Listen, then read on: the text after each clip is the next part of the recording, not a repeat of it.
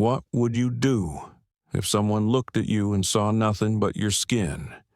No title, no dignity, no seat you paid for. Now imagine you're a black woman, quiet, powerful, carrying the weight of a company on your shoulders.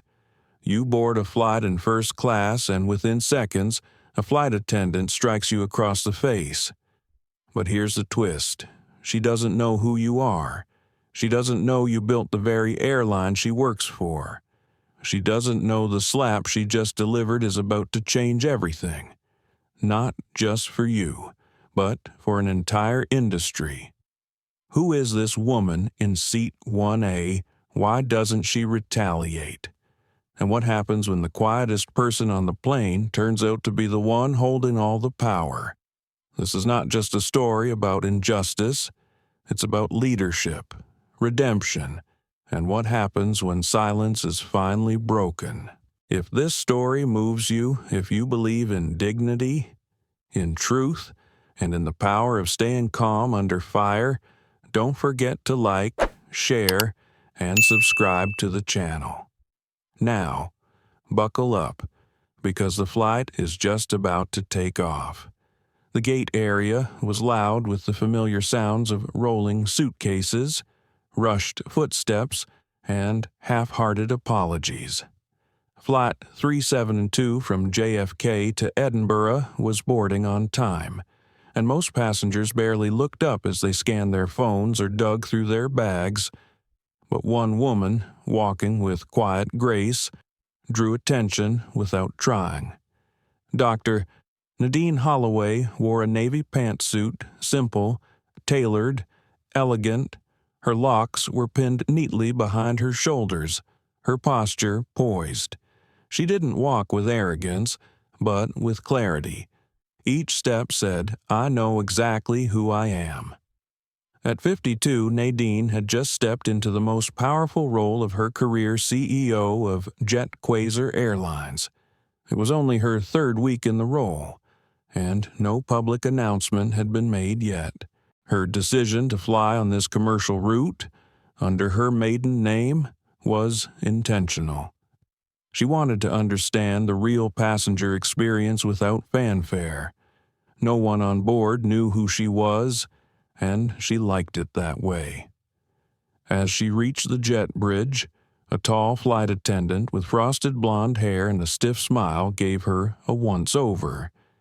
The name on her badge read Marla. "Welcome aboard," Marla said, voice smooth and professional. Nadine nodded politely and stepped inside the cabin, scanning for her seat 1A, first class, front left. The seat she'd chosen deliberately, not for comfort, but because she wanted to observe the boarding process clearly. First impressions told you a lot, but when Nadine reached her row, she paused. A young couple, early 30s maybe, sat side by side in seats 1A and 1B.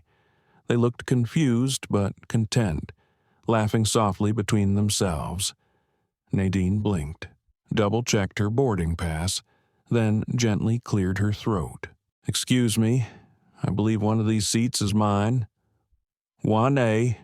The man looked up first, startled, and pulled out his boarding pass. "It says 1A here," he said. "Maybe a mix-up?" Nadine smiled faintly. "I'm sure we can sort it out." Marla appeared suddenly at Nadine's side. She had the kind of timing that suggested she had been watching, waiting for a moment like this. "Ma'am," she said, with a condescending tilt of her head, "are you sure you're in the right cabin? This is first class." Nadine's expression didn't change. "Yes, seat 1A." Marla extended her hand with a bright, forced smile. "May I see your boarding pass?" Nadine handed it over. Marla examined it for longer than necessary.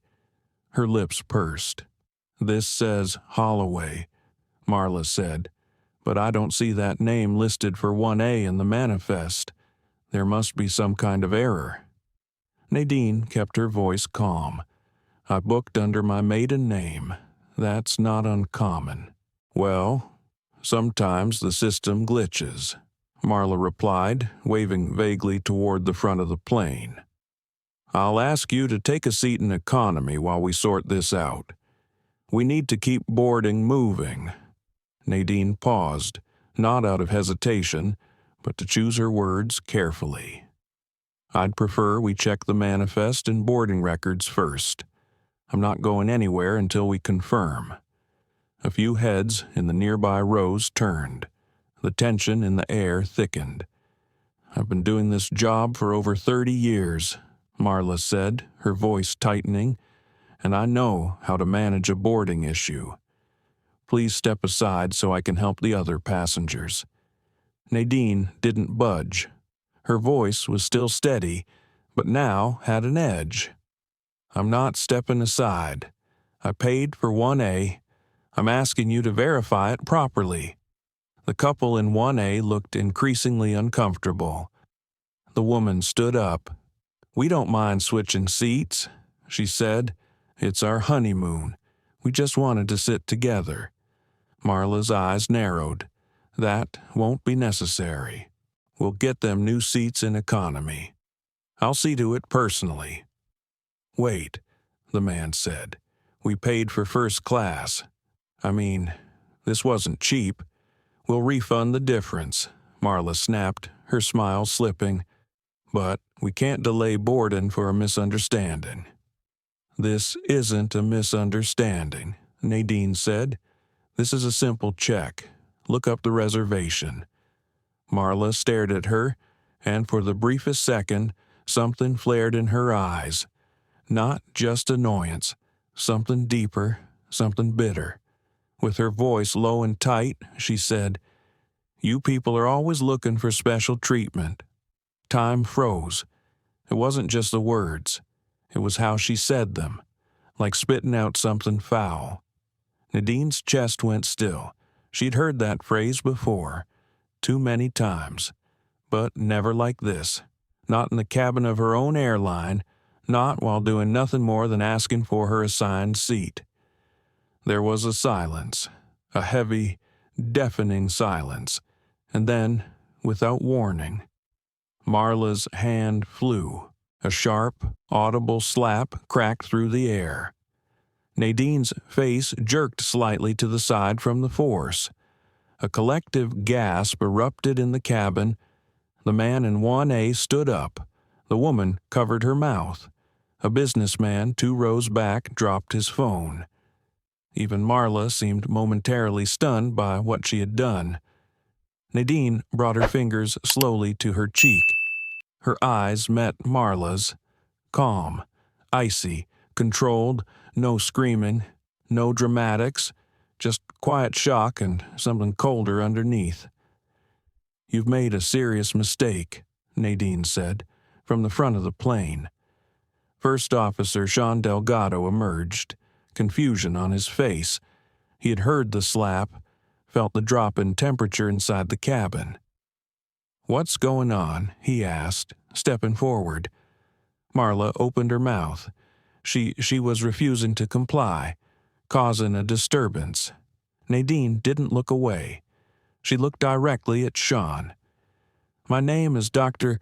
Nadine Holloway, and I am the Chief Executive Officer of Jet Quasar Airlines.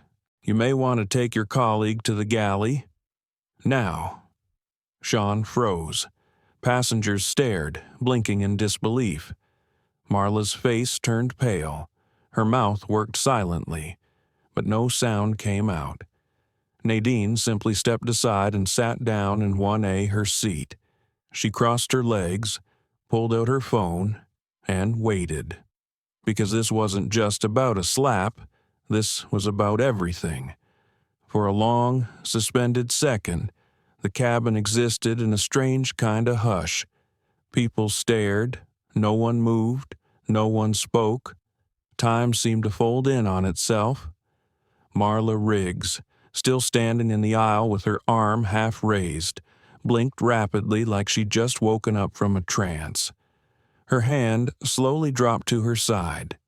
Her face flushed, strained, stretched with something between regret and disbelief twitched in confusion.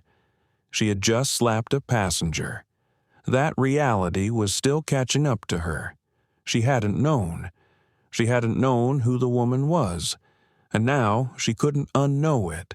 Across from her, Dr. Nadine Holloway sat in 1A, back straight, hands calmly resting in her lap. Her cheeks still glowed with the aftermath of the impact, but there was no panic in her eyes, no tears, no raised voice that, somehow, made it worse. "I'll ask you again," Nadine said, her voice cutting through the stillness like silk across glass. "Please remove this flight attendant from the cabin. I'll speak with the crew lead and your corporate office upon arrival." Sean Delgado, the first officer, stood frozen for a breath. Then, without saying a word, he turned to Marla and gently placed a hand on her elbow. "Marla," he said quietly, "we need to step into the galley. Now." Marla flinched at his touch, then nodded stiffly. Her gaze met Nadine's for a brief, trembling moment, and then she turned and disappeared toward the rear of the plane. As she passed through the curtain into the galley, several passengers began whispering. Nadine exhaled slowly. Her heart thudded in her ears, but her face remained composed. She knew people were watching her, judging her, guessing who she really was. She didn't care. The moment Marla disappeared from view, the young woman from the honeymoon couple stepped forward. "I'm so sorry," she said, her voice shaking. "I didn't know what to do. That was unbelievable." Nadine looked at her gently. "It's not your fault." The man stepped forward too, still holding his boarding pass. "I don't want the seat anymore," he said awkwardly. "I didn't mean to cause a problem. There was no problem," Nadine replied, "until someone created one."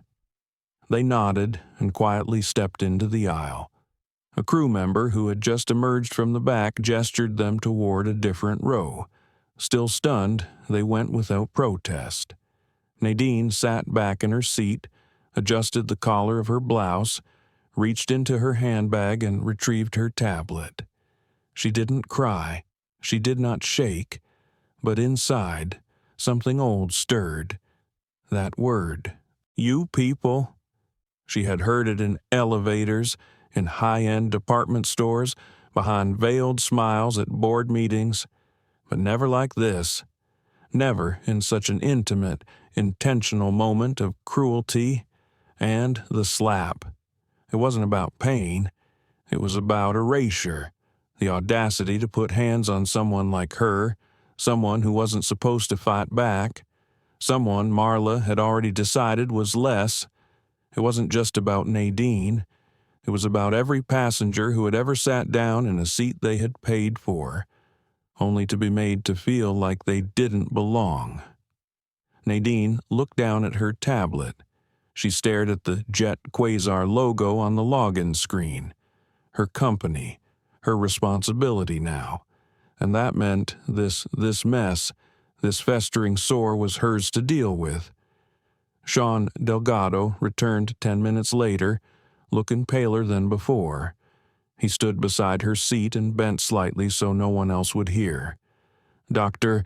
Holloway," he began, his voice quiet, reverent. I'm so sorry. I didn't know. None of us did. You don't need to apologize for her," Nadine said calmly. "No, but I feel responsible," he said. "I should have stepped in sooner." "You did the right thing when it mattered," Nadine replied. "That's what counts now." He nodded, eyes scanning the cabin. "Captain Rawlings and I will file a full report. We're not taking this lightly."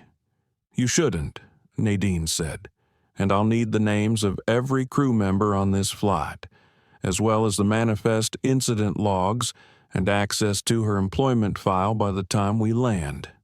I'll take care of it personally," Sean promised. Nadine gave him a small, measured nod. "Thank you."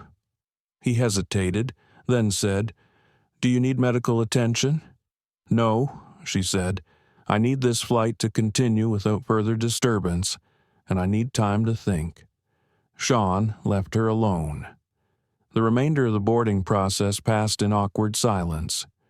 The crew avoided eye contact with Nadine. The other passengers, particularly those in first class, sat upright in their seats, suddenly hyper-aware of their own presence. A few glanced over now and then, curiosity tugging at their expressions. Nadine felt the weight of it, but didn't react. She powered up her tablet, pulled up a blank document, and started typing. Not a report, not a complaint, something else. Notes, patterns, ideas, a future policy framework that was just starting to take shape in her mind. The airline had a problem, not just with one woman, with its culture, with the way problems like this could survive unnoticed or worse, protected behind seniority, tenure, and polite HR language. She thought about all the times in her career that she'd been told not to overreact, not to make it about race, not to be that kind of leader. And now she was the one with the power, and power meant she couldn't afford to let things slide. Not anymore. From the galley, she could hear muffled voices. Marla was probably being consoled. Maybe protesting, maybe crying, maybe saying she didn't mean it, that it was the stress, that she had a bad day, that she was being misunderstood. But Nadine wasn't interested in her excuses. She was interested in the system that allowed someone like Marla Riggs to remain in a position of authority for decades, to go unchecked, to act on her prejudice in a cabin full of people and still feel, somehow, justified. The seatbelt light dinged, the cabin doors closed, Flight 372 pushed back from the gate, beginning its journey across the Atlantic. As the engines roared to life and the plane angled toward the sky, Nadine leaned back, pressed her fingertips together, and stared out the window. Clouds rolled past. The city shrank below. She didn't feel triumphant. She didn't feel vindicated. She felt a strange, aching sadness, because what had happened wasn't shocking. It was just familiar, and she knew now, more than ever, that the only way forward was through. She closed her eyes for a moment, just to rest. But her mind didn't slow, not even for a second. The sky above the Atlantic was calm, painted in soft gray streaks as Jet Quasar Flight 372 cruised at 38,000 feet. Inside the cabin, the atmosphere was anything but. Nadine Holloway sat still in her seat, posture elegant, breathing steady. Outwardly, she looked composed, but inside, the storm was gathering. She had spent her life mastering that stillness. Decades in the corporate world had trained her well. When the boardroom boiled, she stayed ice cold. When condescension met her ideas, she sharpened them like blades. But this was different. This had been public, violent, personal, and it had come at 38,000 feet, in front of dozens of strangers, on a plane bearing her company's logo. She turned to look out the window again, watching clouds glide past like silent witnesses. From time to time, she could hear footsteps behind the curtain, the shuffle of trays, the whispered tension of flight attendants trying to carry on as if nothing had happened. But the air remained heavy. Even the other passengers in first class barely moved. They were waiting too, uncertain whether what they had witnessed would become a viral scandal or a story buried by the next news cycle. Nadine was thinking beyond both. She reached into the side compartment of her seat and pulled out her small leather notebook.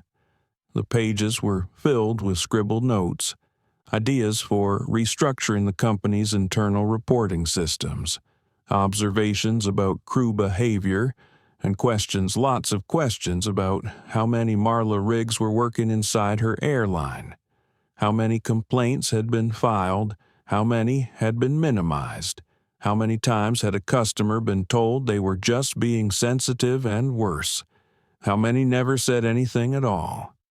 Her pen hovered above the page. She thought of her mother, a teacher who had once been slapped by a parent for failing their child. The school had defended the parent. Nadine had been only 9 when it happened, but the memory of her mother coming home, face bruised but voice calm, still lived in her chest. That quiet dignity, the kind that came from being a black woman in America, had become her compass. She had told herself she would build something different, and yet here she was, head of a multi-billion-dollar airline, assaulted in her own first-class cabin by one of her own employees, and all because Marla had looked at her and decided she didn't belong. The intercom crackled. "Ladies and gentlemen, this is your captain speaking. We've reached cruising altitude. Meal service will begin shortly. Thank you for flying with Jet Quasar." Nadine almost laughed. The announcement sounded so normal, so detached from what had happened just moments ago. She put the notebook away. A younger flight attendant emerged from the galley, her face pale and her movements robotic. She carried a silver tray with a linen napkin and a glass of water. "Dr. Holloway," she said quietly, "may I get you anything I can bring your meal early, if you'd prefer?" "What's your name?" Nadine asked, her voice soft.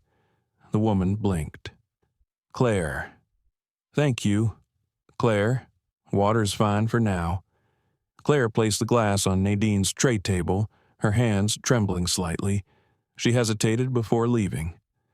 "I just want to say, I'm so sorry. That should never have happened." Nadine gave her a faint smile. "I appreciate you saying that." Claire looked down. "She trained me. Marla, I always thought she was just strict. Now I don't know what to think." "You trust your instincts," Nadine said. "They're usually telling the truth." Claire nodded, then slipped away. Nadine sipped her water. The glass trembled slightly in her fingers, not from fear, but from restraint. Every part of her wanted to act, call the legal department, release a statement, fire half the management team, but this had to be surgical, not loud, effective. She pulled out her phone and sent a secure message to her assistant back in New York. "Prepare emergency session with full board tomorrow. Priority access to HR files. Past 5 years. Flag complaints marked unresolved. Do not brief anyone yet. I want the raw data." The reply came within seconds. "Understood. Will compile overnight. Meeting blocked for 9 a.m. Est." Nadine locked her phone and leaned back again. She thought of Malcolm, her husband, probably finishing his set at the Jazz Lounge in Manhattan by now. He always texted after the last song. She wondered what she would say when he asked how the flight went. A bit of turbulence, love, but nothing I couldn't handle. She closed her eyes for a moment, trying to rest, but her mind kept spiraling. Would this leak to the press? Should it? She could already see the headlines. Black CEO assaulted by airline's own staff. Or worse, passenger slapped in first class. No mention of who she was, no context, just scandal bait, and then the backlash, the comments, the "what did she do to deserve it" crowd. She had seen it all before, but this time she had the power to do more than just weather it. From the galley, voices rose. "You don't understand. Marla hissed, her voice carrying through the cabin curtain. "I understand plenty," Sean responded. "You struck a passenger. You humiliated someone in front of everyone on board. She disrespected me. She asked for her seat. She had an attitude. She had a boarding pass." Silence followed. Then Marla said, quieter, "I've given 30 years to this airline, and you might have just thrown it all away in 30 seconds. Nadine didn't move. She just sat still, letting their words wash over her. It was always the same story. A long career, a good record, a few angry moments excused as stress or misunderstanding. But the truth was always hiding in the cracks. How people like Marla spoke to some passengers versus others. The tone, the patience, the assumptions. It wasn't just bigotry and shouts. It was in sighs, in eye rolls, in who got offered help and who got scrutinized for needing it. Her phone buzzed again. This time it was from Malcolm. "Land safe." She stared at the message, her thumb hovering over the screen. "Still in the air. But I'm fine." She hit send, then turned the screen face down. The lights in the cabin dimmed for the overnight portion of the flight. Nadine closed her eyes and let the dark fill her vision. Sleep did not come, but something else did. Resolve. The wheels touched down on the damp Edinburgh tarmac with a muted screech, followed by the familiar jolt of inertia as the plane decelerated. The cabin, still cloaked in a strained hush, stirred slightly at the signal to prepare for arrival. Dr. Nadine Holloway kept her seat upright and her hands folded in her lap. She didn't reach for her bag. She didn't glance at the window. Her gaze was forward, locked somewhere just past the curtain that separated her from the rest of the aircraft. She was tired, yes, but it wasn't physical exhaustion. It was the kind that settled into your bones when disappointment became too familiar. Marla had not reappeared. Claire, the young attendant, had continued her quiet, nervous service throughout the flight. She had refilled Nadine's water without asking, brought a warm blanket after the lights dimmed, and offered her a breakfast tray Nadine politely declined. No words were exchanged beyond necessity, just eyes, and Claire's had said everything. A sharp ding signaled the end of the flight. Seatbelt signs blinked off. Passengers unbuckled and began their ritual reaching for overhead bins, stretching limbs, murmuring half-hearted goodbyes. But no one looked at Nadine. She stayed seated while the rest of first class stood around her. The couple from earlier avoided her eyes, too, though the woman glanced back once with a flicker of shame. The co-pilot, Sean Delgado, appeared at the front of the cabin.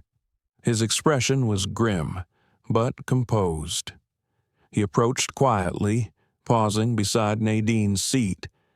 "Dr. Holloway," he said, "we've alerted ground control. Security and airline operations are waiting at the gate. If it's all right with you, they'd like to speak to you immediately." Nadine nodded once. "That's fine. I've filed a preliminary report, and I've made sure the captain has co-signed it." "Good," she said. "I'll need copies of both. Absolutely. And, just so you know, she's still on board, in the back galley, under escort." Nadine didn't ask for her name. She didn't need to. Marla Riggs was etched into her memory now. Not as a villain, but as a mirror. One that reflected a deeper rot than a single slap could reveal. Passengers filed off. Some gave her wide berth. Others cast furtive, confused glances, sensing something had happened, but unsure of its shape. When the cabin was nearly empty, Nadine stood. She smoothed the front of her blazer, rolled her shoulders once, and stepped forward. Sean walked beside her down the jet bridge, silent but steady. At the end stood 3 people, 2 uniformed officers and a 4th man in a tailored suit who held a tablet nervously against his chest. The man stepped forward first, extending his hand. "Dr. Holloway, I'm Darren Young. I oversee Jet Quasar ground operations here in Edinburgh. I can't tell you how sorry I am for what's happened." Nadine shook his hand briefly. "We'll have time for apologies later. Right now, I'd like to give my statement." "Of course," Darren said quickly. "We've arranged a private lounge just down the corridor." She followed them in silence, her heels tapping softly against the industrial carpet. No one spoke. Even the officers moved with the sense of hush, as if they, too, were absorbing the gravity of what they had been told. The lounge was cool and quiet, furnished with modern leather chairs and tall windows that overlooked the runway. A kettle steamed faintly in the corner. A young woman had left 2 cups of tea already prepared on the low table. Nadine ignored them. One officer, a tall woman with dark braids and a calm presence, sat opposite her and opened a notepad. "I'm Officer Patrice Evans," she said. "We've reviewed the initial report filed by the flight crew. I'd like to walk through your account, if you're ready." "I'm ready," Nadine said. Her voice was even, her words precise. She recounted the incident from the moment she approached her assigned seat to the moment Marla's hand struck her face. She did not embellish. She did not dramatize. She simply told the truth. Officer Evans listened without interruption, her pen scratching across the page. When Nadine finished, there was a beat of silence. "Do you intend to press charges?" she asked. "Yes," Nadine said. The second officer, who had been largely quiet, looked up. "You're certain I am? She assaulted me, not in private, but in front of witnesses, and while acting in a professional capacity as a representative of my company, there will be criminal and civil consequences." Evans nodded. "We'll take her statement as well. She's currently being held in a secure interview room. Make sure she's given the opportunity to contact a lawyer." Nadine added, "I want this handled properly." The officers exchanged a look, respect, surprise, perhaps, at her clarity and restraint. When they left the room to proceed with their part of the investigation, Darren Young remained. He looked pale, like he hadn't slept in days. "Dr. Holloway," he said, clearing his throat. "I've just gotten off the phone with HQ in New York. They confirmed everything. Who you are, your position. I assumed they would." "I had no idea," he said softly. I treated you as I would any passenger." But she raised a hand gently, stopping him. "It's not about who I am," she said. "It's about what she felt entitled to do, and how many people let her get that way." Darren looked down. "Her file has already been flagged. HR is pulling every complaint we've ever received with her name on it. I've been told to forward the full file to you immediately. Unredacted," Nadine said. "Of course. I want to see every passenger complaint, every manager's note, every time she was spoken to without consequence. You'll have it within the hour." She looked at him, her eyes softening just slightly, and Darren Yes schedule a video conference with the executive board. 9 a.m. New York time tomorrow. I'll be joining from here. The agenda is corporate culture. And this will not be a discussion. It will be a directive. He nodded rapidly, tapping the note into his tablet. Understood. Crystal clear. Nadine stood. She felt the ache in her shoulders now, in her legs, in the corner of her temple where tension had bloomed hours ago. But there was no weakness in her spine, only momentum. She exited the lounge with her carry-on, declining the offer for an escort. She didn't need one. What she needed was time. Time to read, time to plan, time to shake the very foundation of the company she now owned. The hive had been struck. Now it was time to see which parts of it would survive. The hotel suite in Edinburgh was quiet, dimly lit, and smelled faintly of fresh linen and citrus-scented wood polish. The kind of neutral space designed to comfort any traveler, anywhere. But Nadine Holloway didn't feel comforted. She felt alert, focused, coldly awake. She sat at the long desk beneath the window. Laptop open, files open, tea untouched. Outside, the sun was beginning to rise over the Scottish hills. The light stretched across the skyline like a reluctant apology. Another day, another fight. Nadine had spent the last 5 hours combing through every document Darren Young had sent. True to his word, the files had arrived within the hour. A secure folder, password protected, sent directly from the Home Office servers. The file was labeled Marla Riggs' Full History. It was over 200 pages long. Performance reviews, passenger comment logs, email chains, disciplinary records, training certifications, internal memos, and tucked between the praises and airline lingo were the real stories. Nadine highlighted and color-coded as she read. She made notes. She muttered to herself. Passenger A. The flight attendant in 4C was dismissive when I asked for water. She rolled her eyes and said, "You people always need something." I was shocked. Passenger B as a disabled traveler. I expected basic assistance. Instead, I was made to feel like a burden. Passenger C. I watched her snap at a black couple traveling with a toddler. She scolded them for walking the aisle too much.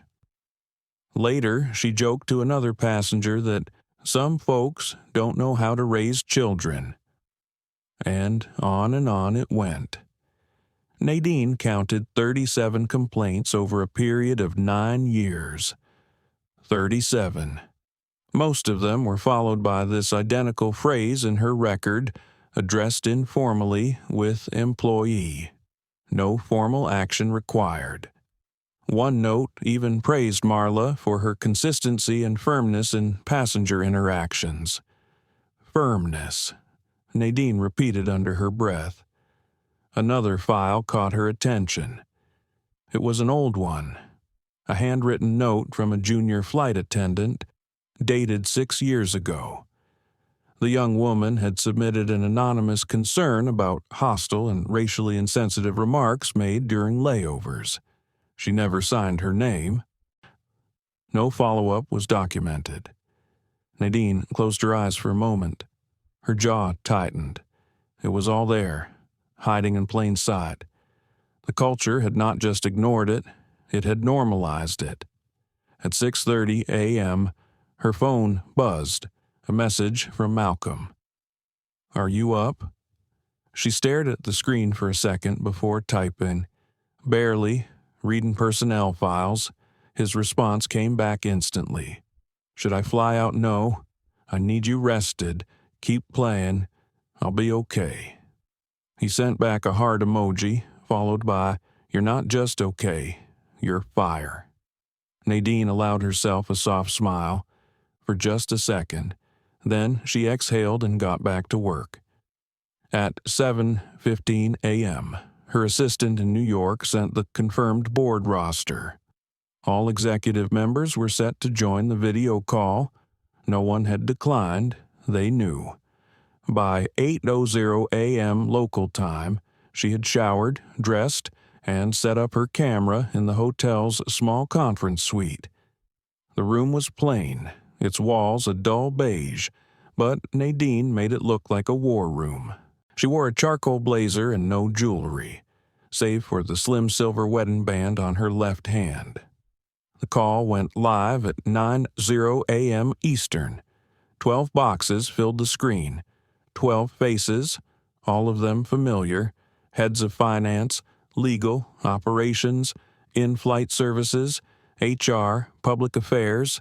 Most were men. Most had been with Jet Quasar for decades. Some smiled cautiously. Others looked tense. Nadine didn't bother with greetings. She began with one sentence.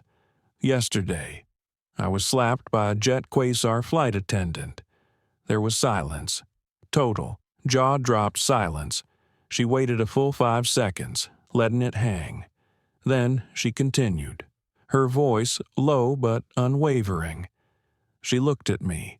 She decided I didn't belong, and when I calmly asked for the seat I had paid for, she denied me, mocked me, and finally assaulted me. No one interrupted.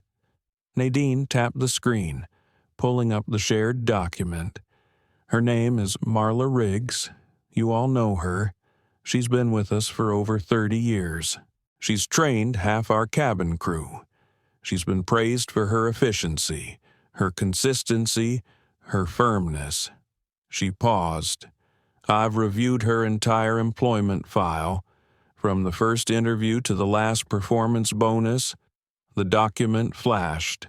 Complaint after complaint appeared. Nadine scrolled slowly. This is who we've trusted with our customers. Gregory, the head of in-flight services, cleared his throat. Nadine, if I may, this is obviously very serious, but I don't think she cut him off with a glance. This is not a discussion. Gregory, this is a reckoning. He sank back in his chair. She turned to Elijah Granger, the HR director. He looked pale and sweaty. Elijah, she said, I want to ask you one question. He nodded stiffly. How does someone collect 37 complaints about racially biased behavior over 9 years and never face a formal review? He started to speak. Stopped.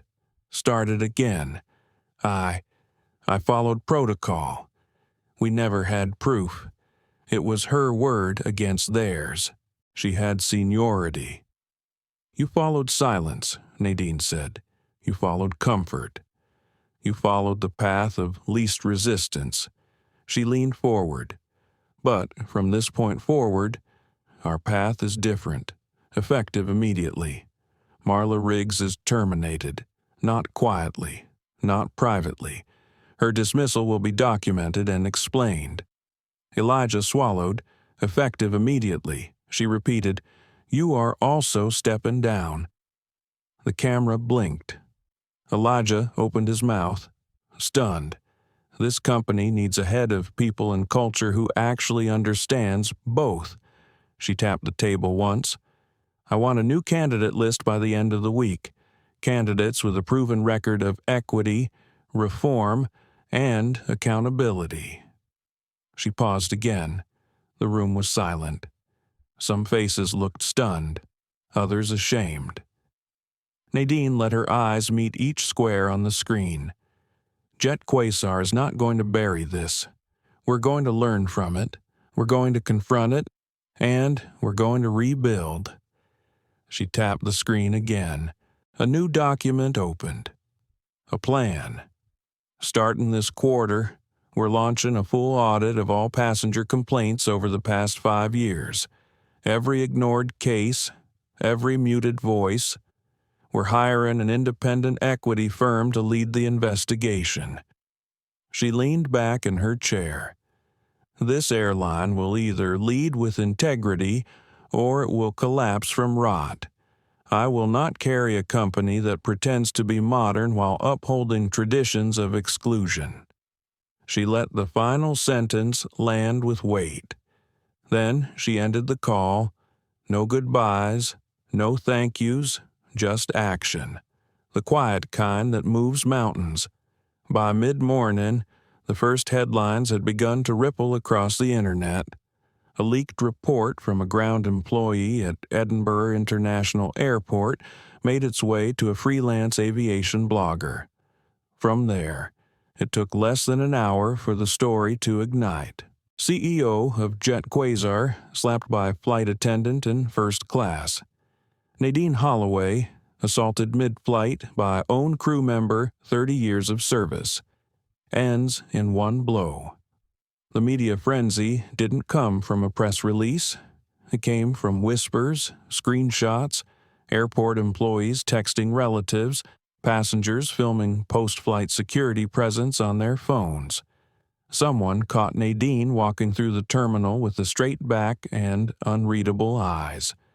The photo, grainy and poorly framed, was enough. It confirmed the rumor.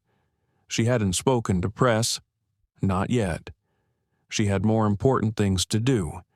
In her Edinburgh hotel suite, Nadine stood in front of the window again, watching the city move slowly below. Her phone buzzed incessantly, but she ignored most of it. She had asked her assistant to filter her calls and emails. Only direct texts from Malcolm or the executive compliance team would get through. Jet Quasar's internal system was groaning under the pressure. By noon, the customer service inbox had been flooded with thousands of emails, some offering support, some demanding answers, some angry that the story was being suppressed. It wasn't. It was being processed. Nadine wasn't interested in controlling the narrative. She was interested in fixing the truth. A knock came at the door. She opened it to find Darren Young holding a tablet and looking like he hadn't slept. "Mornin', Dr. Holloway," he said, voice hesitant. "Come in." He stepped inside, set the tablet down on the desk. "We've completed a sweep of the passenger logs from the last 5 years, just like you asked. I've had a team cross-reference all the complaints by employee name." Nadine sat down and opened the file. "I had them color-code entries," Darren said. "Red for complaints involving bias or discrimination. Yellow for misconduct. Green for positive reviews." The spreadsheet bloomed across the screen like a brutal patchwork. Red was everywhere. Nadine scrolled slowly. It wasn't just Marla. There were others, names that appeared again and again, attached to incidents that looked eerily similar.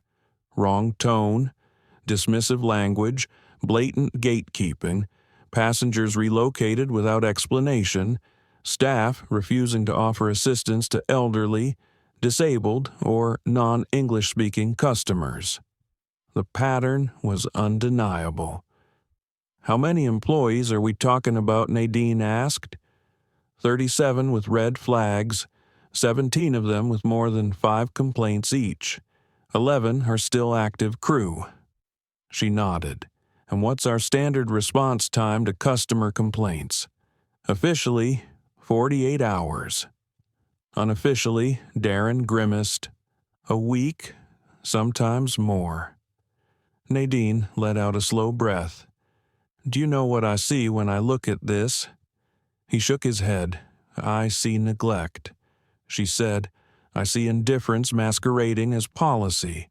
I see a company that let its frontline people treat customers like inconveniences." Darren was quiet. "File this entire report with our compliance office," Nadine said. "And copy me." "Yes, ma'am." "And Darren." "Yes." "None of this is confidential anymore." His eyes widened. "You're releasing it?" "Not everything, but the audit, yes. In summary form, we need to show people that we're not hiding, that we're holding ourselves accountable. I'll notify our legal team. You do that." After he left, Nadine sat back in the chair and closed her eyes for a moment. Her mind kept drifting back to the slap, not the sting of it, which had faded, but the force behind it, the certainty. Marla had been so sure she was right, so sure she was entitled to say and do what she did without consequence. That certainty didn't come from nowhere. It came from decades of never being told no. A vibration from her phone broke the silence. It was Malcolm. The screen lit up with a video call request. She accepted. His face appeared, framed by the warmth of their Brooklyn apartment. He looked tired too, but calm. "You okay?" he asked softly. Nadine nodded. "As okay as I can be. I saw the news. It's everywhere. I know. How are you holding up, really?" She hesitated. "I'm furious, but not at her. Not just her." He waited. "I'm angry at the silence," she said, "at the structure, at how we reward people for being efficient but never question how they treat others, at how long it takes for one person's pain to matter." Malcolm nodded slowly. "I've watched you lead in rooms full of men who underestimated you. But this is different. I'm not just leading a company now," she said. "I'm rebuilding it from the inside." He smiled gently, then burn the blueprint and draw a better one. She smiled back, the corner of her mouth softening. "That's the plan." After they hung up, she pulled out a notepad and began outlining the framework for a new initiative. Not just diversity training. That was too easy, too performative. She wrote the words slowly at the top of the page. Passenger Dignity Program. A commitment to unbiased service, transparent complaint handling, and direct oversight from the executive level.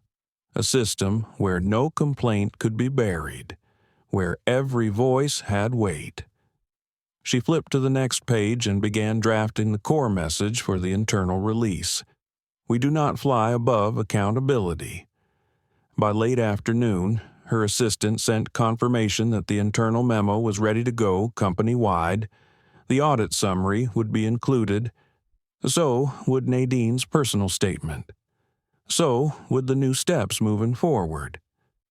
The pushback started within an hour. Emails from department heads, concerns from legal, messages warning her to proceed more cautiously. Nadine read each one, then deleted them. She knew what cautious leadership looked like. It looked like silence. That evening, Nadine received a message she didn't expect. It came from Sean Delgado, the first officer from Flight 372. Subject line, "I've been thinking about what I saw." His message was short, "Dr. Holloway. I've spent all day trying to figure out what I should have done differently on that flight. I saw something wrong and I froze. You didn't. You stood your ground with grace. I want you to know I'm learning from that.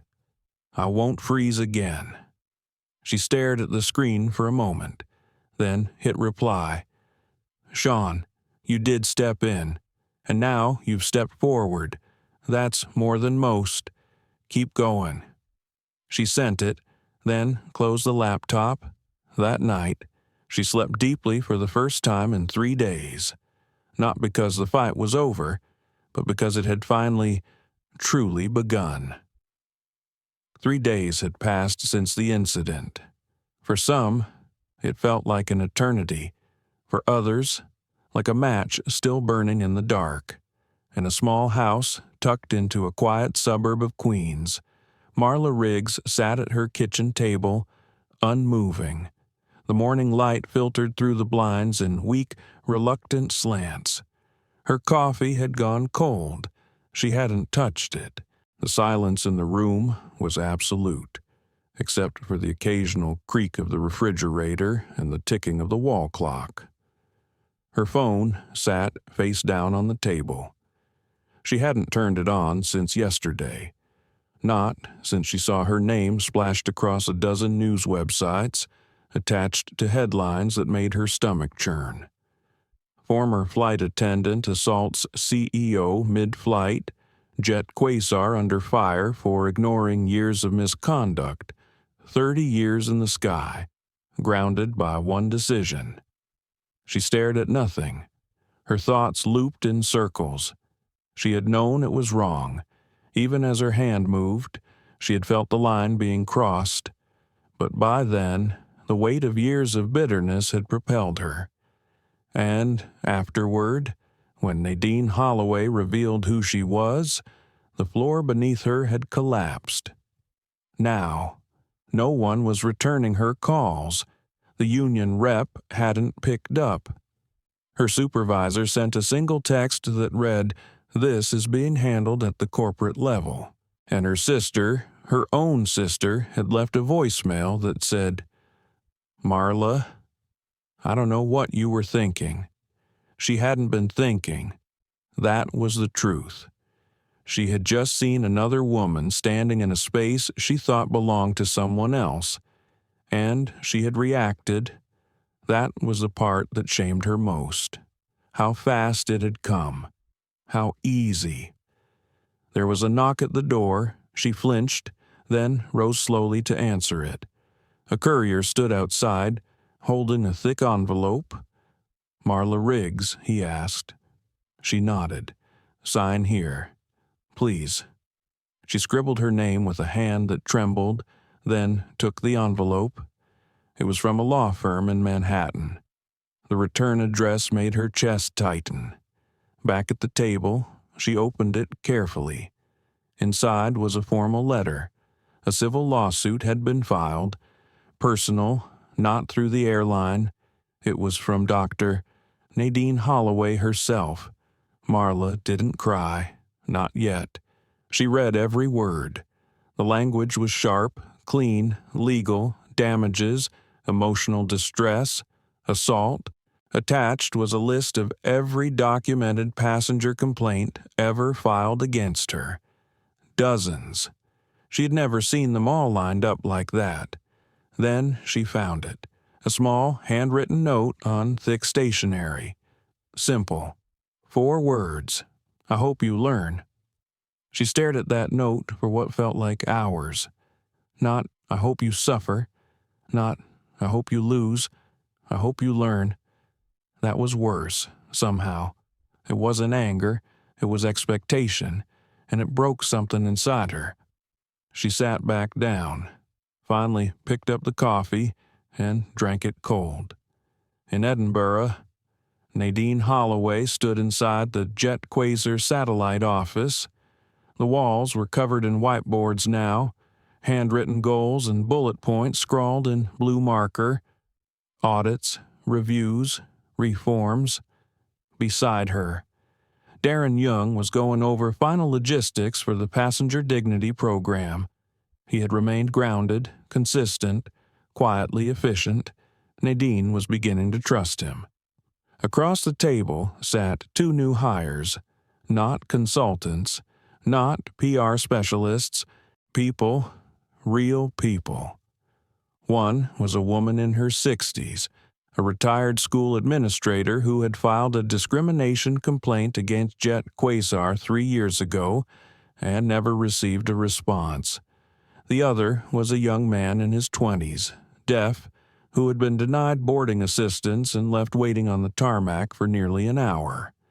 They were part of Nadine's new passenger advisory panel, a board that would meet quarterly, submit recommendations directly to her office, and be involved in rewriting the company's service protocols. "This isn't a formality," Nadine told them. "This isn't branding. This is foundation." The older woman, named Ruth, had smiled. "You're the first executive I've ever met who wanted to hear what it's actually like back in row 29. Nadine smiled back. "I started in row 29. I don't forget." The headlines were beginning to shift. "CEO leads sweeping reform. Jet Quasar sets new industry standard for accountability." Passenger voices finally land in the boardroom, but Nadine didn't celebrate. Not yet. Later that evening, her assistant handed her another envelope. This one came in the mail, handwritten, no return address. Inside was a letter. The handwriting was shaky, slanted, older-style cursive. "Dear Dr. Holloway, I don't expect forgiveness. I don't expect sympathy. I just want you to know that I understand now, not just what I did, but what it meant.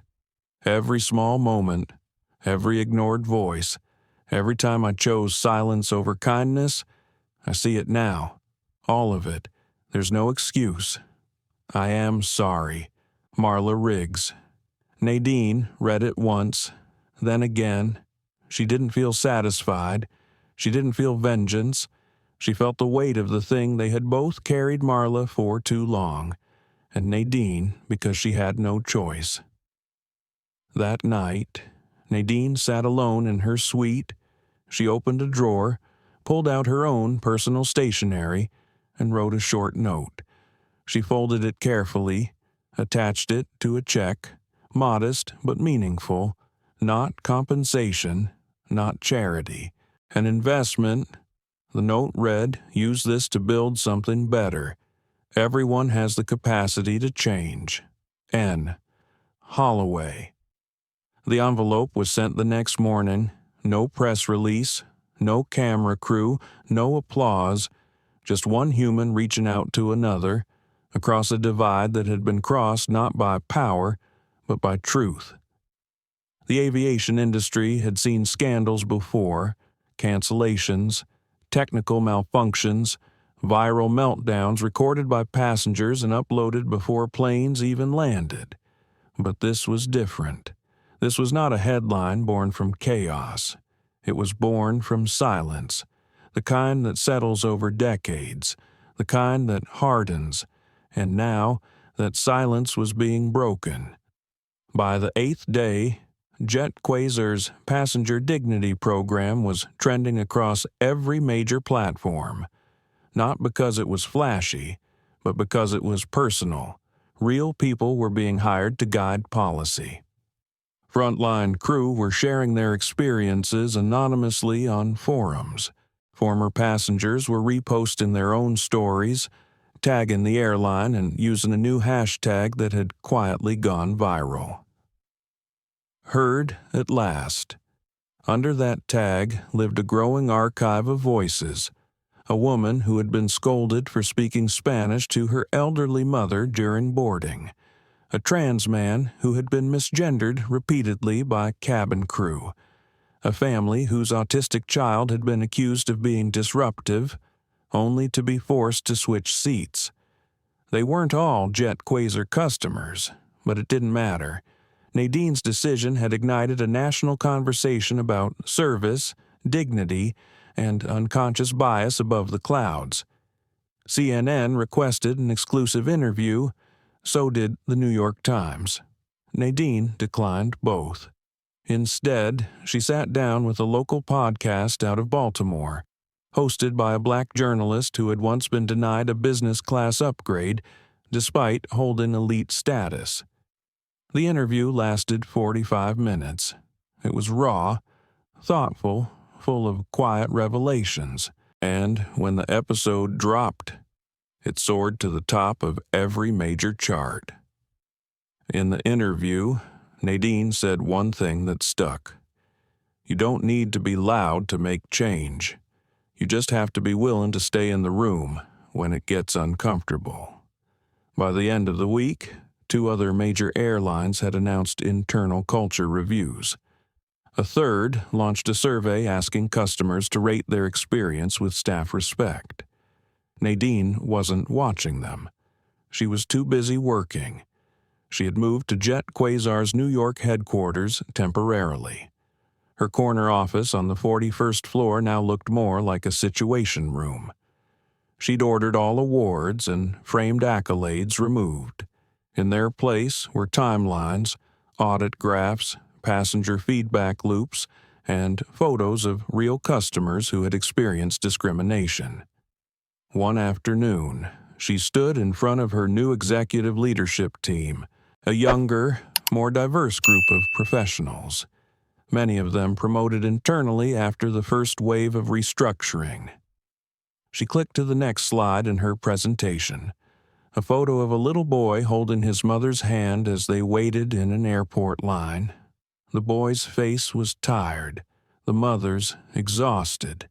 "This is who we fly for," Nadine said. Not shareholders, not PR, them. Heads nodded, pens moved, later. As the meeting ended, a junior analyst named Alicia approached her in the hallway. "Dr. Holloway," she said, breathless. "I just wanted to say, when I joined this company 2 years ago, I didn't think anyone like me could ever sit in a room like that. But today, I did." Nadine placed a hand gently on Alicia's shoulder. Rooms don't belong to anyone until someone claims them. That evening, as she walked out of the building and into the crisp Manhattan night, Malcolm was waiting on the sidewalk. His saxophone case hung over one shoulder. "You said 6 sharp?" he teased. She leaned into his hug, tension melting from her shoulders. "You still playing at the Blue Note every Wednesday?" He smiled. "Want to come hear me miss a few notes? I could use a little jazz." They took the subway together, Nadine quiet as the train rumbled underneath the city. She watched people come and go, office workers, students, a woman asleep with her suitcase balanced on her lap. The city moved on, as it always did, but something inside Nadine was shifting. At the Blue Note, Malcolm played a set that rose and fell like breathing. Nadine sat near the back, nursing a cup of tea, letting the music untangle her thoughts. She wasn't rebuilding just for passengers. She was rebuilding for the people who worked here, for the crew members who had been taught to follow, not question, for the managers who had been trained to look the other way, for the dreamers who joined the industry hoping to fly, only to be grounded by systems too rigid to change. Back in Queens, Marla Riggs sat at her dining table again. This time, there was no coffee, just a notebook. On the first page, she had written 2 words, "Start again." It hadn't been easy. The news cycle had named her, dragged her, dissected her. She had received hate mail. She had also received something else, a letter and a check. She hadn't cashed it. Not yet. She read Nadine's note again every morning. Use this to build something better. Everyone has the capacity to change.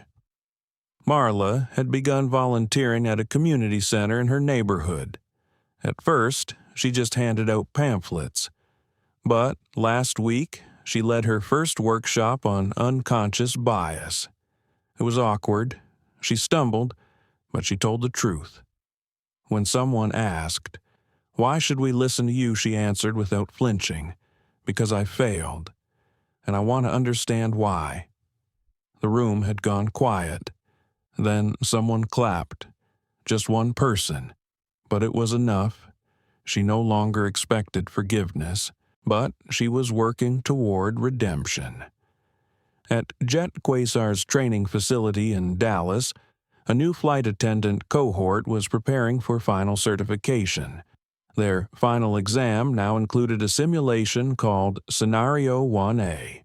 In it, a senior black woman quietly boards a first-class seat.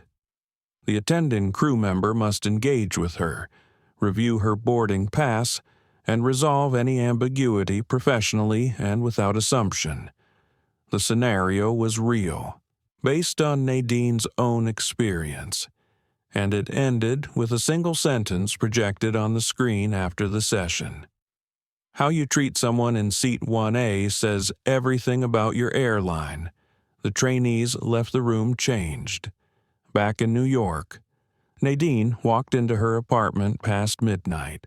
She kicked off her shoes, hung up her blazer, and found Malcolm asleep on the couch, book still open on his chest. She smiled. As she poured herself a glass of water, her phone buzzed once. A message from the Secretary of Transportation. "We'd like to discuss your leadership on recent reforms. You're setting a precedent." Nadine set the phone down. She didn't need recognition, but she knew this was only the beginning. The sky was changing, and this time, Everyone would fly with dignity. The halls of the Dirksen Senate Office building were polished and reverent, designed to hold power and history in the same breath. The ceilings were high. The air carried a hush, like a cathedral that swapped prayer for policy.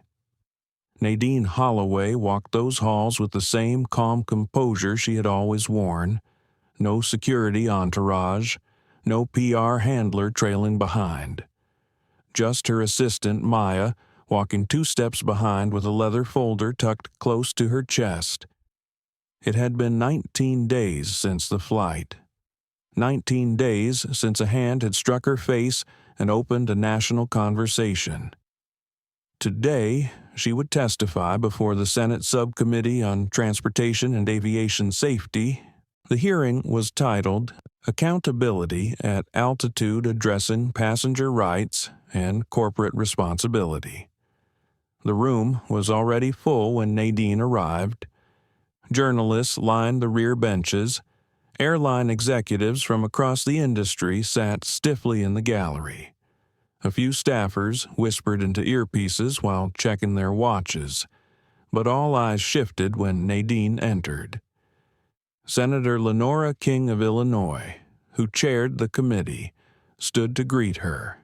A tall black woman in her early 60s, Senator King had made history when she won her seat and kept it by speaking plainly and acting quickly. "Dr. Holloway," she said warmly. "Welcome." Nadine extended her hand. "Thank you, Senator. You ready? I'm steady." King smiled. "That's what I like to hear." Nadine took her seat at the long witness table. A glass of water sat untouched beside the microphone. The nameplate in front of her read Dr. Nadine Holloway, CEO, Jet Quasar Airlines.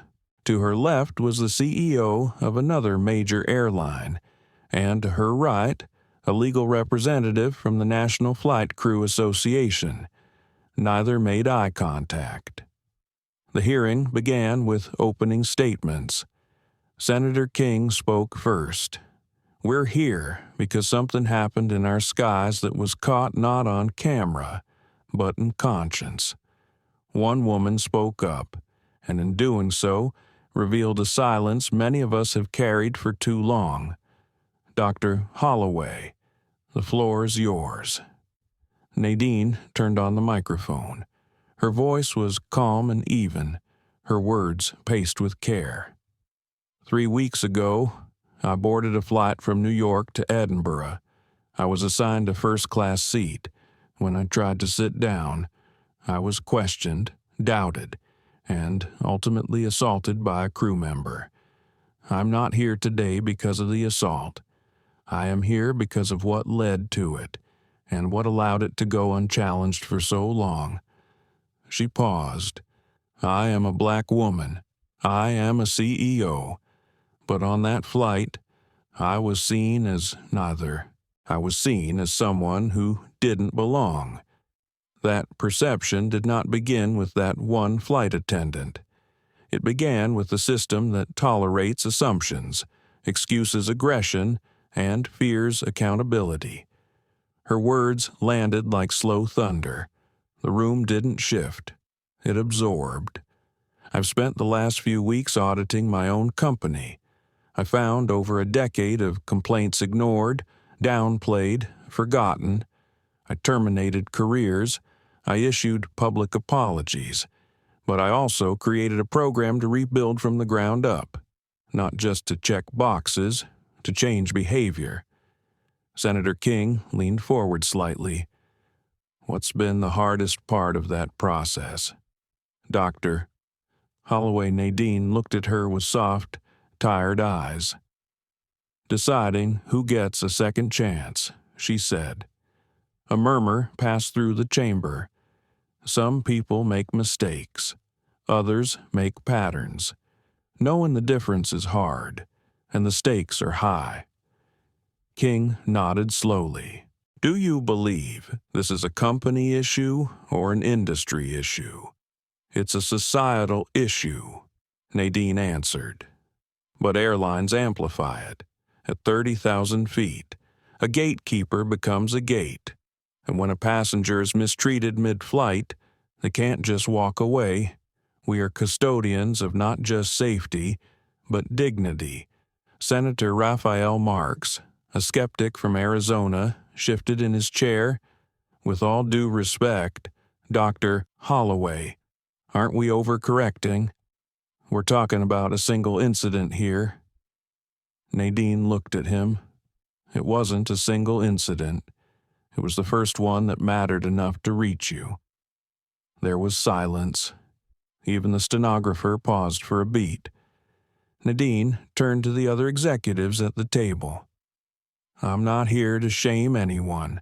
I know what it takes to run an airline, but I also know what it costs to ignore people. That cost is no longer acceptable. After the questions concluded, Nadine stepped out of the room, her posture still tall.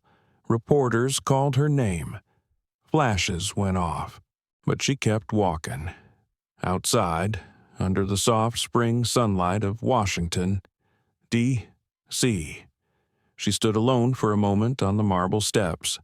Maya caught up with her, breathing slightly harder. You handled that like a conductor, Maya said, every word in tempo. Nadine gave a small smile. It's easier to speak when you're not protecting yourself anymore. They began the walk to the car. Senator King wants to meet privately, Maya said. Wants to discuss forming a civilian airline oversight board. She wants your input. Tell her I'm in. Nadine replied without hesitation. Back in New York. Malcolm had been watching the hearing from their living room. A few musician friends sat with him, stunned into silence. When it ended, one of them, a pianist, muttered, "Damn, that wasn't a CEO, that was a movement." Malcolm just smiled. Told y'all. That night, Nadine returned home past midnight. She didn't collapse into bed. She went to the window, looking out over Brooklyn. The city breathed around her, distant and alive. She thought of all the passengers still boarding planes tonight, people heading to funerals, to weddings, to job interviews and new lives, people with grief in their suitcases and hope in their chest pockets. She thought of the ones who had once been ignored, and the ones who would never be again. Then she sat down at her desk and opened her notebook. On a fresh page, she wrote the title, Flight 372, The Slap That Opened the Sky. She wasn't writing it for the public. She was writing it for herself, to remember, to make sense, to ensure that the story never belonged to silence again. It was a quiet Thursday morning when Nadine received the letter. Her assistant, Maya, had just dropped off the day's folder of updates, performance metrics from the Passenger Dignity Program, survey responses, meeting prep for a conference next week. But there was something else. A plain, white envelope, handwritten in soft, curving script. Nadine raised an eyebrow. No sender. She opened it carefully. Inside was a single sheet of paper and a small photograph. She read the letter once, then again, slower this time. Dear Dr. Holloway, you don't know me, but I know you. Not in the way a person knows a celebrity. Not from articles or podcasts or the hearing on C-SPAN. I know you because I was on Flight 372. I was in the back, row 33, seat C, economy middle. I saw what happened. I saw the moment she slapped you. I saw the way your face changed but didn't flinch. I was too far away to intervene. Too afraid, if I'm honest. But what I saw changed me. I'm a trainee, or I was. Today I graduate. Jet Quasar accepted me into the latest cohort of cabin crew, and I'm writing this from my hotel the night before my final evaluation. When they taught us Scenario 1A, They told us it was based on real events. They never said who, but I knew. I recognized your face, your silence, your strength. I want to thank you. Because of you, I will never assume anything about the person in front of me. Because of you, I will carry every passenger like they matter. Because of you, I found courage I didn't know I had. You turned a moment of pain into a legacy of change. Enclosed is a photo of my badge. Tomorrow, I'll pin it to my uniform for the first time, and I'll remember who you are with deepest respect. Kelsey Monroe. The photograph was small and slightly smudged. A young black woman in uniform stood in front of a jet quasar training facility, her smile bright but shy. The light caught the edge of her name tag, Monroe. Nadine sat back slowly in her chair. Her fingers brushed the paper, and she let herself be still. Outside her office, the city moved forward. Inside her heart, something softened. Later that day, she walked through the training floor at Jet Quasar's headquarters. Recruits were practicing de-escalation scenarios, emergency protocols, meal service timing. Voices rose and fell. Coaches barked instructions, and laughter occasionally broke through the tension.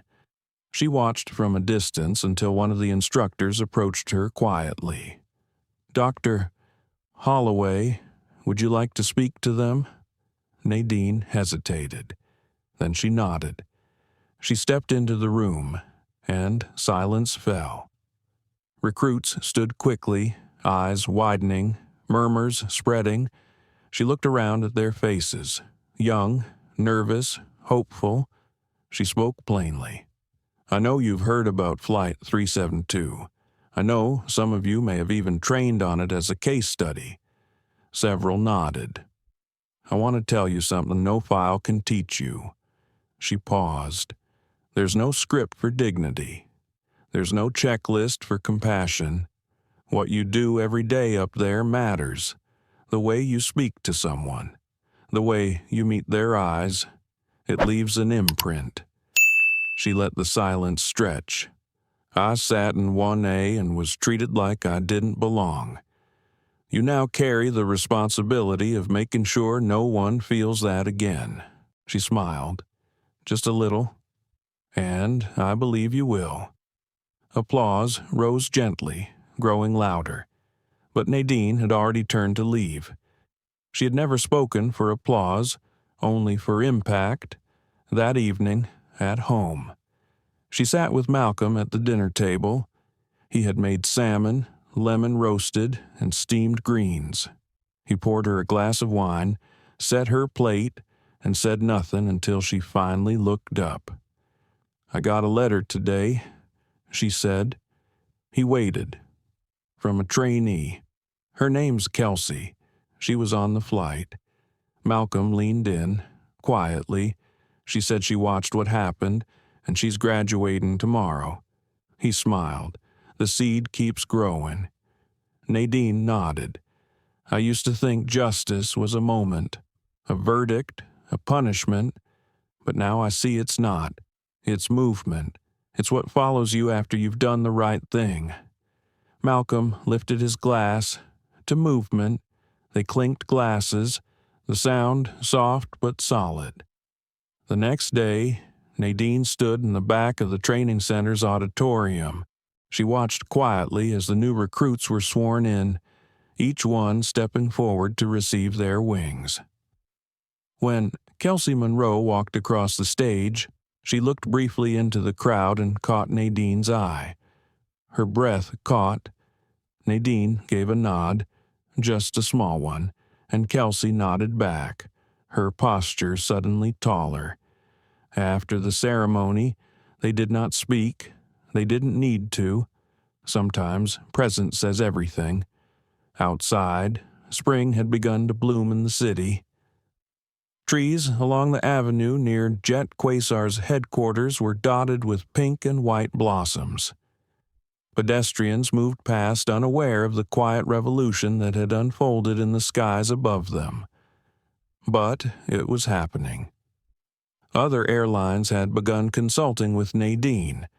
Academic papers were already being drafted about the Holloway Doctrine, a term coined by a transportation policy professor at Stanford to describe the intersection of equity and executive accountability.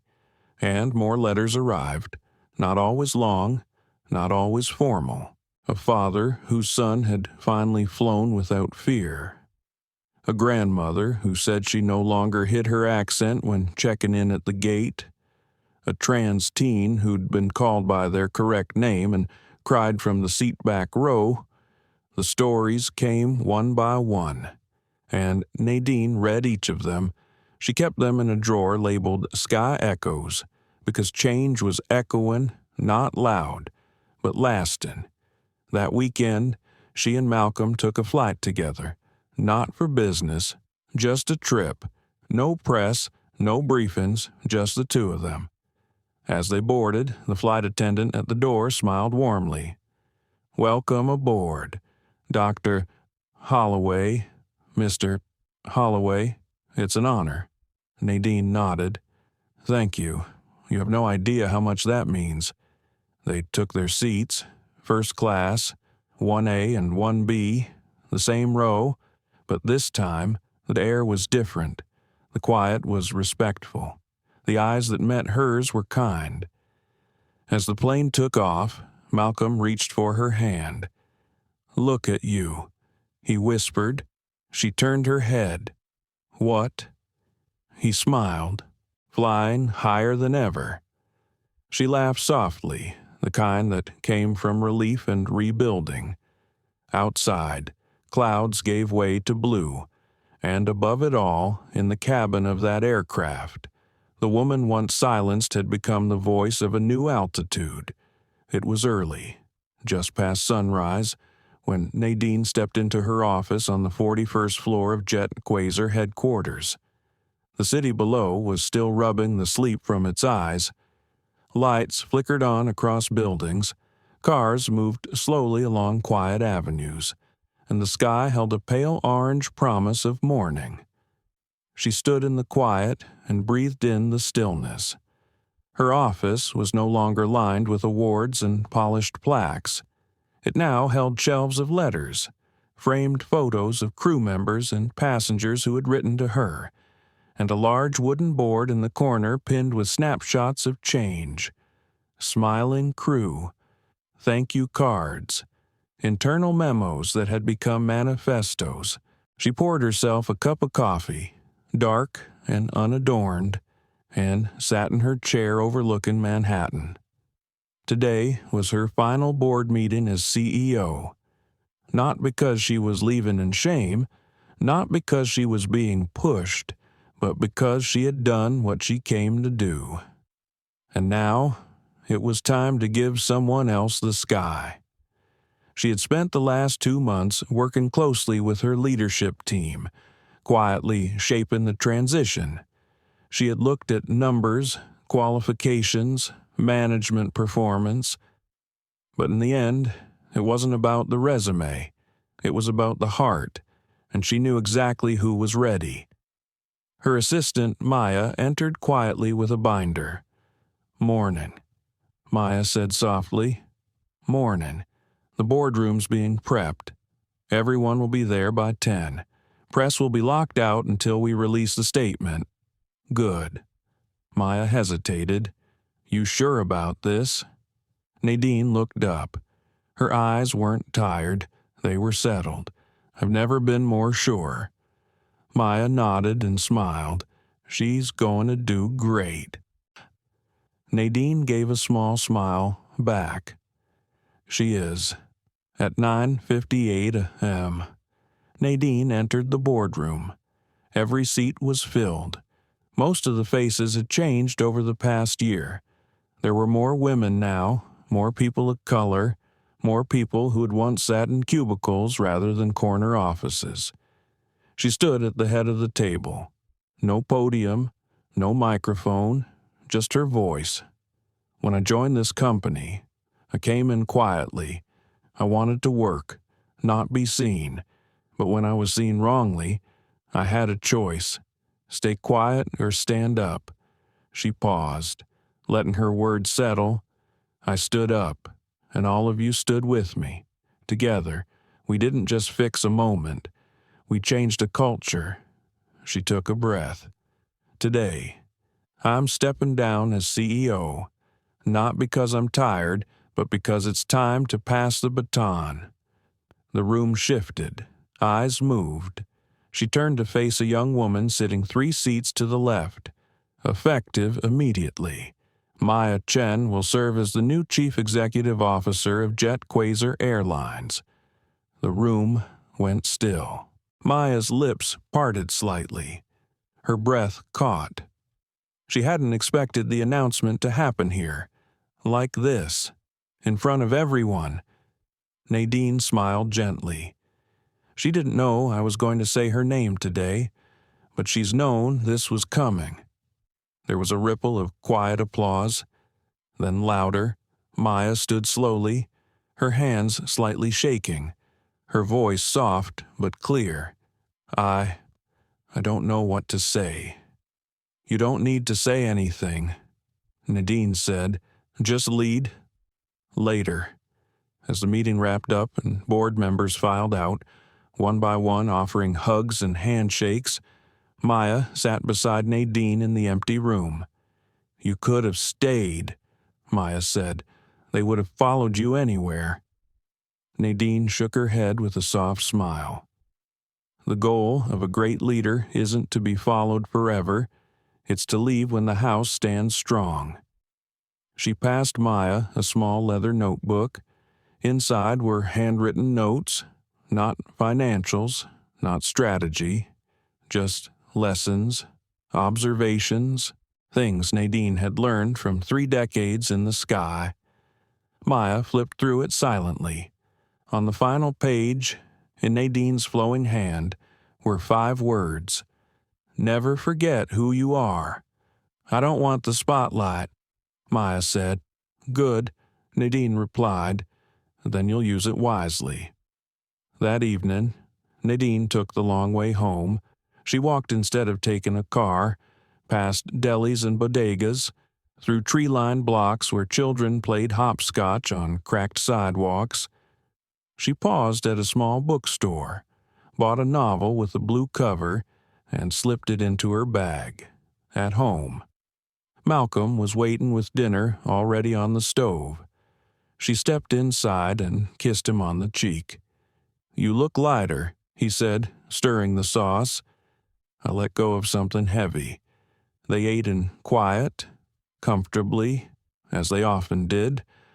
Later, on the balcony. She sipped chamomile tea and looked out at the city lights. Malcolm sat beside her, reading his music notes. He had a small concert the following week, a fundraiser for a youth jazz program in Harlem. I'm not done, you know, Nadine said. He smiled without looking up. I'd be surprised if you were. I just need to do things differently now. Less from a title, more from a voice. He closed his folder and looked at her. Whatever you do it like you always have, with your whole damn soul. She leaned her head against his shoulder. The silence between them felt like warmth. That weekend, Nadine visited her childhood church in Baltimore. She didn't call ahead, she just showed up and sat in the back. The service was simple. The sermon was about restoration, not fixing, restoring. Afterward, an older woman approached her. You're that airline woman, aren't you? She asked. Nadine nodded slowly. You changed something, baby. You opened something up. I hope so, Nadine said. The woman smiled. Sometimes God puts you in 1A so you can shake the whole plane. Nadine laughed softly. She stayed for coffee hour.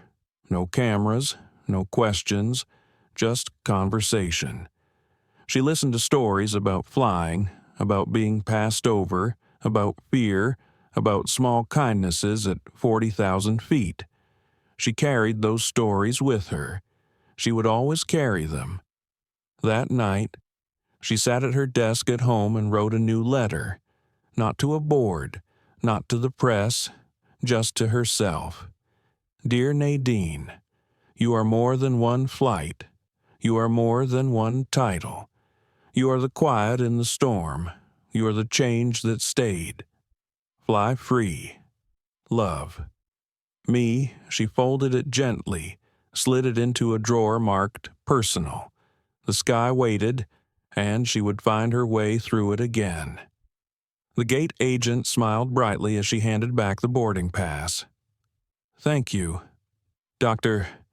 Holloway. Boarding begins in 15 minutes. You're in 1A.